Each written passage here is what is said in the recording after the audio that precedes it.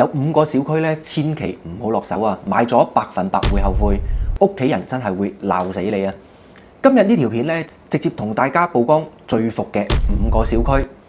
呢啲盤咧唔係居住體驗感超差，就係長期貶值，極難轉手。邊個買邊個會蝕錢啊！就算同行幫你壓到最平，吹到天花龍鳳，我都真心勸你三思而後行。我唔怕得罪地產圈，淨係想幫信我嘅粉絲避坑慳錢，絕對唔想大家辛辛苦苦賺翻嚟嘅血汗錢咧白白輸晒。如果你依家都喺度睇緊中山樓咧，驚踩隱形嘅大坑，呢條片隨時幫你慳翻10幾萬損失啊！首先第一個某某山，掛住央企嘅名頭，好多港人新手聽到呢個名咧就覺得係穩陣嘅，盲目落手，結果舊業主個個後悔到喊啊！最大嘅硬傷咧就係樓宇質素極差，多棟樓頂層開裂，牆身滲水，部分嘅結構位直情裂開，業主住得提心吊膽。當年仲係南區網紅嘅神盤啊，巔峰時候賣到成13,000蚊1平方啊，睇落去好體面，實際地段超偏僻，周邊零配套，乜都唔齊啊。第二個咧就係某賓某案，中山超出名嘅握手樓重災區，到離譜到極點。你嘅陽台、睡房窗台同隔離鄰居窗台貼到實一實啊，對面望到你屋企一清二楚，日常起居完全冇隱私，尷尬到爆啊！呢個小區容積率高達5.38，樓密人多，擠擁不堪啊！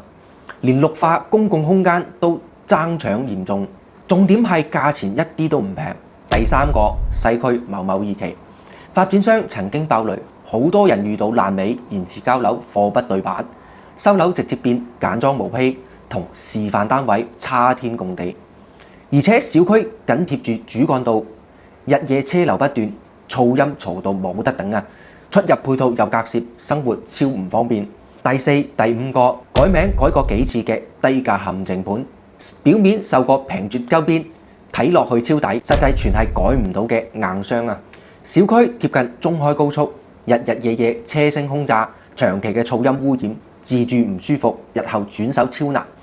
仲有大量嘅奇葩戶型，利用率低，格局奇怪，完全係高風險嘅伏盤。其實中山樓市表面平價吸引，暗地裏佈滿陷阱，有問題嘅盤遠唔止呢5個。好多買樓新手淨係貪平，聽人吹水，完全睇唔穿背後嘅質量陷阱、規劃硬傷同流通性嘅問題。一時頭熱落訂，最後就變成自住難受、轉手蝕錢，揸喺手上嘅負資產。我喺珠海中山做地產好多年啦，見盡太多港人新手踩大坑。如果你依家都喺度睇緊樓，分唔清邊個盤穩陣，邊個係陷阱，直接評論區留言或者私信我，話我知你嘅預算同心水嘅片區，我1對1幫你篩走所有嘅垃圾盤，避開所有嘅坑。我係 Alex， 一個敢講真話嘅地產博主，專門幫港澳朋友睇清灣區樓市真實嘅底蘊。想知更多樓市嘅真相、買樓避坑技巧，記得點關注啦！今期節目就到呢度，我哋下期再見啦，拜拜。